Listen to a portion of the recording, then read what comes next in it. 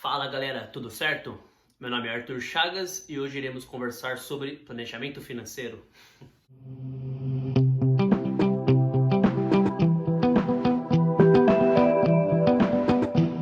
Você provavelmente acompanha as notícias, sabe como está o cenário político e econômico aqui no Brasil.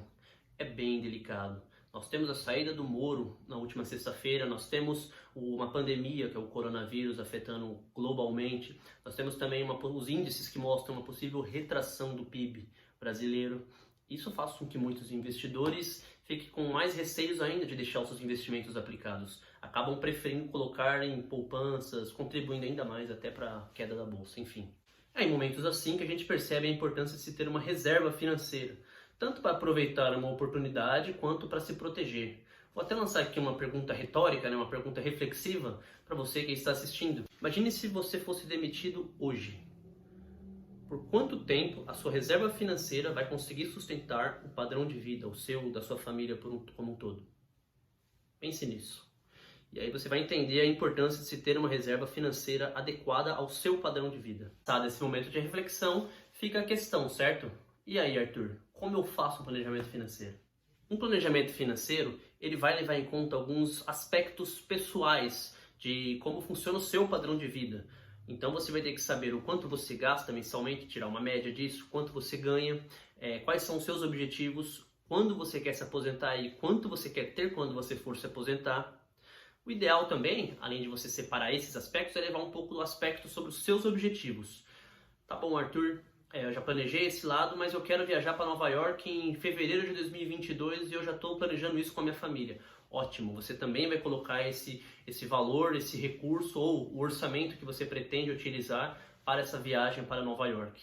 Então sim, objetivos pontuais devem ser levados em conta também no seu planejamento financeiro. Feitas essas separações dos seus aspectos pessoais, vamos agora então separar a carteira. E eu gosto de trabalhar da seguinte forma. Eu vou separar a carteira em 3 partes. A primeira, que é uma reserva de emergência.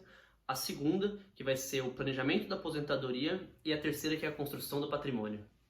A ideia de se separar em 3 partes de uma carteira de investimento é para facilitar a visualização dos seus investimentos de uma forma como geral. Se você tiver em mais de uma corretora, em mais de um banco, você consegue visualizar ele de uma forma melhor, entendeu? Vou ensinar como vocês separam e se organizam melhor no Excel nos próximos vídeos. Começando pela reserva de emergência ou reserva de liquidez, como alguns preferem chamar, que é a primeira parte da carteira, por sinal. Eu gostaria de destacar primeiro um ponto, que é sobre a utilização de renda variável para reserva de emergência. Não faça isso. Jamais utilize renda variável como reserva de emergência. A bolsa oscila, uma hora ela está em alta, outra ela vai estar em baixa. A ideia da sua reserva de emergência é ser algo conservador, que tenha liquidez de no máximo um dia, para se você precisar do dinheiro, você vai lá no seu banco, na sua corretora, no aplicativo, claro, pede o resgate e o dinheiro já está na sua conta hoje no final da tarde ou amanhã no máximo, e você consiga usufruir desse recurso. Investimentos em bolsa, como assim é vendido às vezes na internet, mesmo que seja em fundos imobiliários, não deve ser utilizado como reserva de emergência, tá bom? Não é seguro. A reserva de emergência, ela deve render um pouco acima, eu vou dizer assim, ligeiramente acima da poupança, só que vai estar um pouco acima da poupança com liquidez. Esse é o ideal, tá bom? Procure investimentos assim. E sempre que você usar a sua reserva de emergência, imagina o seguinte, você deixou um montante de 30 mil reais para sua reserva de emergência. Teve que usar 15, teve que usar metade. Você no próximo mês vai repor os outros 15 mil, seja tirando de algum investimento que está sendo utilizado para construção de patrimônio e que você não vai dispor num período de curto, de 6 meses a 1 ano, ou você tirando do seu próprio salário, de algum recurso seu que entre novo, mas você tem que repor a sua reserva de emergência, ela deve ser utilizada para emergências. Deixar ela sempre no mínimo possível nunca vai servir para esse fim. Então a questão é, mas Arthur, eu quero ter uma reserva de emergência. O quanto devo ter? Você citou 30 mil, cai para 15, mas eu não tenho tudo isso. Como eu faço? Quando eu lido com os meus clientes, eu trabalho da seguinte forma. De 5 a 7 vezes o salário ou recebimento, se o cliente for autônomo, eu disponibilizo para uma emergência. Eu coloco algum produto com liquidez para o cliente usar na emergência. Se o cliente for um autônomo, não for CLT, vamos entender dessa forma, eu vou colocar de 7 a 9. Eu acredito que seja um montante um pouco maior do que o de 5 a 7 eu coloquei para o CLT, só que o autônomo ele não tem outras garantias como seguro-desemprego. então é importante que ele tenha. Uma questão que eu levo bastante em conta é se o cliente tem ou não filhos. Se por exemplo, ele ou ela possui 2 filhos, não é CLT, claro que eu não vou deixar uma reserva com 7, eu vou colocar uma reserva de 9, porque se caso alguma coisa aconteça, se ele, com uma pandemia dessa, por exemplo, se ele deixa de vender por 3, 4 meses, ele vai precisar ter uma reserva bem maior para lidar com as dívidas e com o padrão de vida dele. A manutenção do padrão de vida também é importante. E 9 vezes o recebimento dele é o que vai ajudá-lo nesse período, até pelo menos ele conseguir voltar a ter receita. Para um CLT, eu coloco o máximo, 7, ou seja, de 5 a 7, de 7 a 9, mas se tiver filhos eu procuro colocar o máximo, 7 ou 9. Agora, se o cliente tem um padrão de vida em que ele gasta mais do que ele ganha, aí não tem o que fazer. Ele vai ter que repensar a forma como ele gasta o dinheiro dele e a forma como ele vai investir para conseguir ter um planejamento financeiro adequado. Agora, falando sobre a previdência, que é a segunda parte da carteira, existem alguns pontos que são importantes destacar na hora de fazer o seu planejamento. Primeiro, decida quando você vai querer se aposentar. Lembrando que quanto maior o tempo de aposentadoria, para você se aposentar no caso, maior é a fase de acumulação, maior é a fase em que você vai fazendo os seus depósitos, vai colocando dinheiro para lá na frente você retirar, tá bom? O segundo ponto é o montante que você vai querer retirar ou que você vai querer receber por mês, dá para trabalhar dessa forma também, lá na frente. E o terceiro, planeje quais produtos pretende manter na carteira, pois você pode ter fundos de previdência, você pode ter debêntures incentivadas que dão desconto de IR, você pode ter fundos de debêntures, tesouro direto.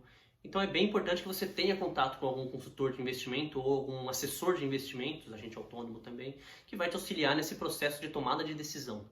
Quais produtos eu devo colocar? Ah, e mais um detalhe, um seguro de vida também é muito importante nesse período, pois não adianta nada estarmos planejando uma reserva de liquidez, os seus depósitos para compor a sua aposentadoria lá no final e acontecer algum problema com você que impeça com que, por exemplo, você tenha uma aposentadoria lá na frente ou que sua família receba um valor alto que mantenha o padrão de vida deles lá na frente. Seria uma proteção de carteira, seria, vamos dizer assim, uma forma de proteger o seu bem mais precioso. Falando agora sobre a terceira parte da carteira, construção de patrimônio, que vem depois de você já ter planejado a sua reserva de emergência e também a sua aposentadoria, de acordo que fique confortável com você, claro.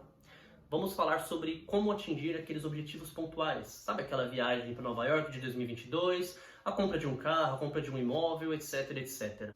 É nessa parte da carteira que você vai correr um pouco mais de riscos, porque você vai poder colocar as suas operações de day trade para quem gosta, você vai colocar as suas operações de ações, tem clientes que gostam de apostar em opções também, e vai poder correr um certo risco, e você não vai prejudicar a sua reserva de emergência nem a sua carteira de previdência, porque ela já vai estar planejada para funcionar dessa forma, enquanto você vai ter autonomia para cuidar desses seus investimentos mais rápidos.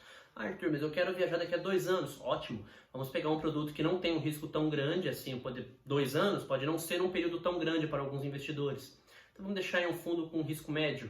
Assim, lá na frente a gente resgata, tem uma rentabilidade, você usa na sua viagem. Pô, Arthur, mas eu quero operar day trade com ações todo dia. Tá bom, você pode operar. A sua carteira de previdência, a sua carteira de reserva de emergência vão estar preparadas e seguras para te fornecer o máximo possível no futuro ou numa emergência quando você precisar. Essa é a ideia de ter uma carteira dividida em 3. Quando você fazer esse planejamento dessa forma, é que no momento em que você atinge o montante que você pretendia para a sua aposentadoria, seria como um plus, seria como algo a mais essa sua carteira de construção de patrimônio. Alguns clientes conseguindo apostar em ações podem até dobrar ou triplicar o patrimônio em tantos anos. Não sei quanto você vai deixar aplicado, claro.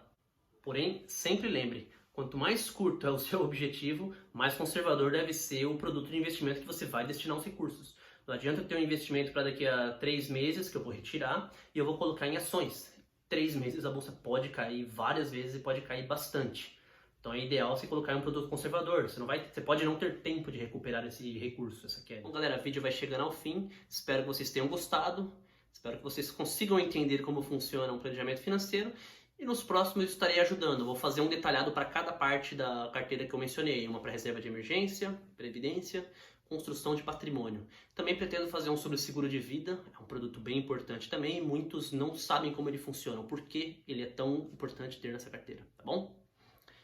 Também pretendo fazer um sobre como você organiza seus investimentos no Excel. Então, se inscrevam no canal e aproveitem os próximos vídeos. Um abraço!